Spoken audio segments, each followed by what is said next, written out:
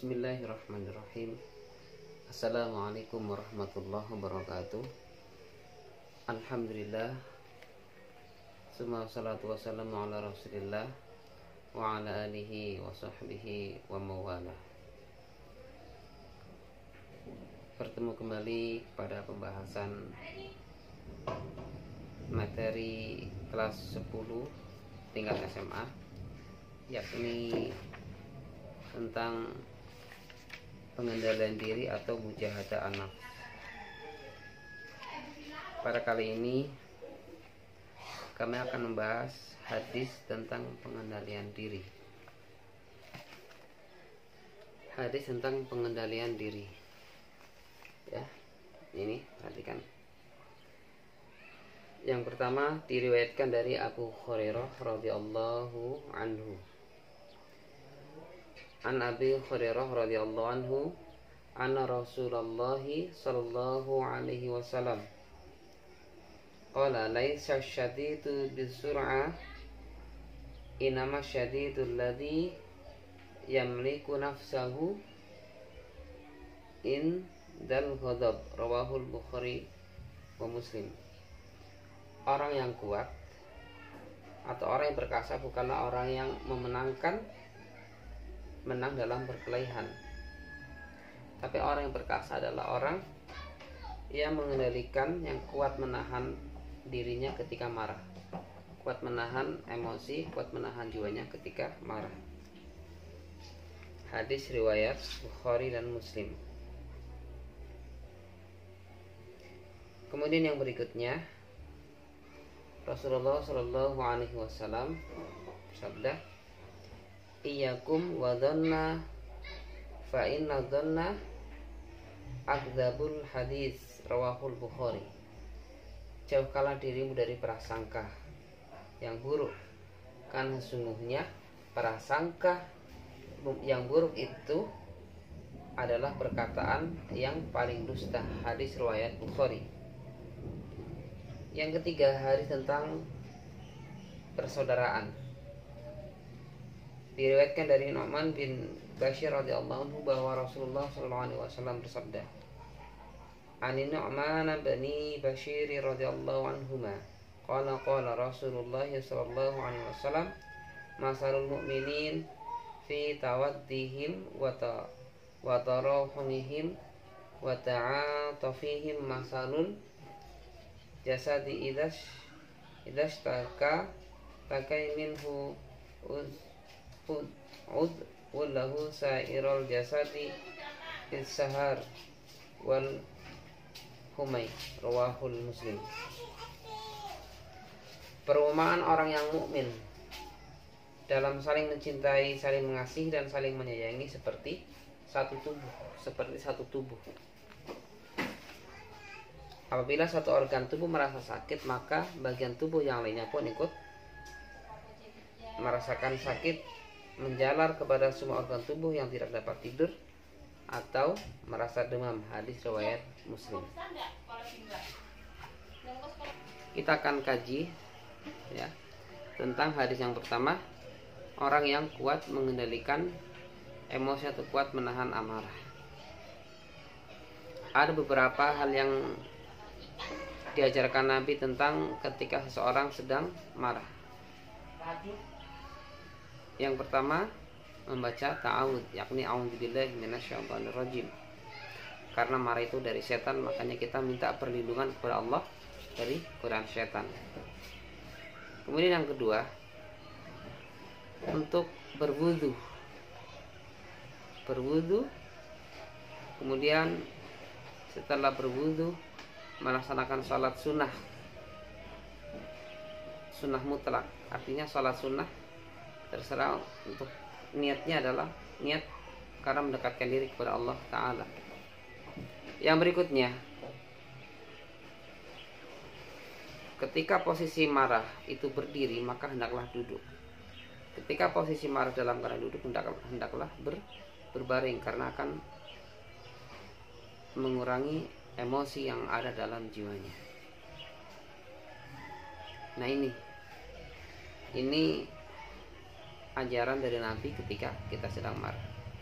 Sehingga orang yang kuat itu bukan orang yang memenangkan dalam sebuah perkelahian, menang bergulat, berkelahi, ya, menang dalam suatu adu kekuatan, bukan. Tapi orang yang kuat adalah orang yang bisa menahan emosi. Orang yang kuat adalah orang yang bisa menahan jiwanya ketika sedang marah. Kemudian yang berikutnya tentang prasangka baik. Artinya kita hendaklah selalu berprasangka baik kepada siapapun. Karena jelas Rasulullah di sini melarang untuk berprasangka buruk kepada siapapun.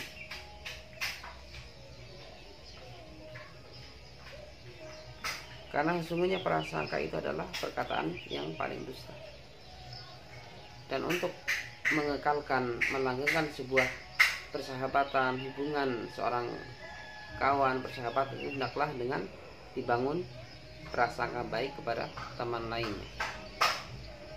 Misalkan ada teman kita sedang lewat naik motor, kita sedang naik motor, teman kita tidak menyapa kita atau tidak menoleh kepada kita, bahkan kita beri salam kepada dia, dia tidak menjawab salam. Hendaklah kita selalu berprasangka baik. Mungkin dia ada masalah, tidak konsentrasi, dia tidak melihat kita, atau dia lagi ada cobaan yang berat sehingga tidak mengetahui kalau kita sedang lewat. Kita selalu berprasangka baik, selalu punya alasan untuk tidak berprasangka buruk pada teman kita. Nah itu ya. Bahkan dalam kehidupan sehari-hari kita perlunya untuk selalu berprasangka baik kepada orang tua, kepada guru, kepada teman kita, ya, kepada siapapun, bahkan saudara kita sendiri. Kemudian tentang persaudaraan. Hubungan persaudaraan antar sesama akidah, sesama iman itu lebih kuat dibanding persaudaraan dengan saudara kita sesama nasab atau hubungan darah.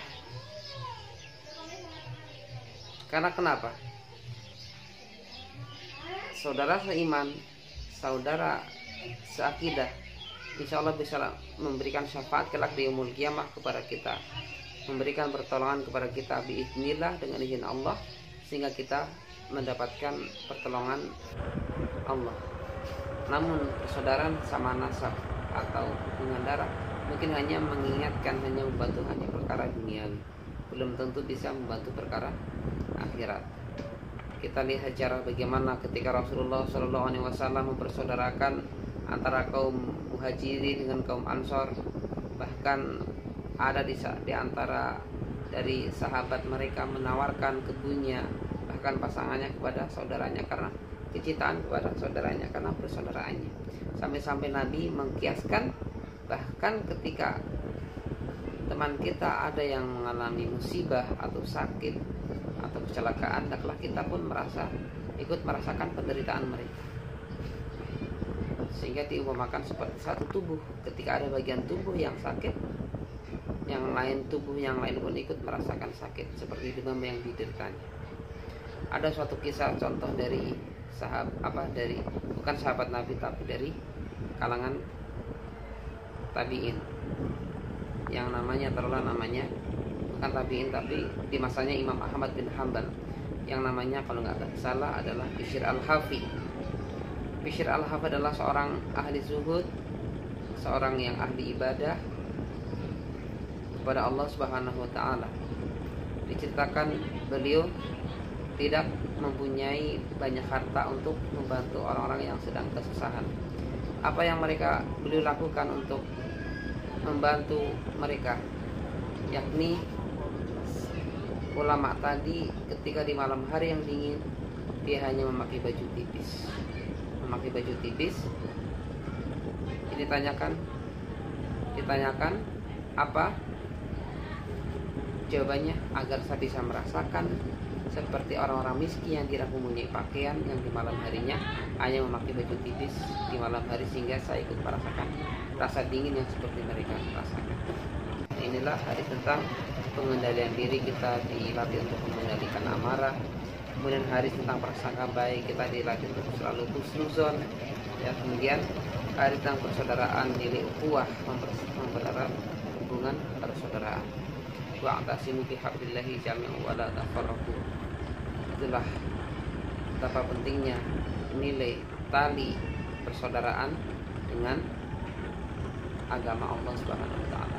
Mudah-mudahan materi singkat ini membawa faedah buat kita semua. Silahkan tulis di kolom komentar jika ada yang ditanyakan. Assalamualaikum warahmatullahi wabarakatuh.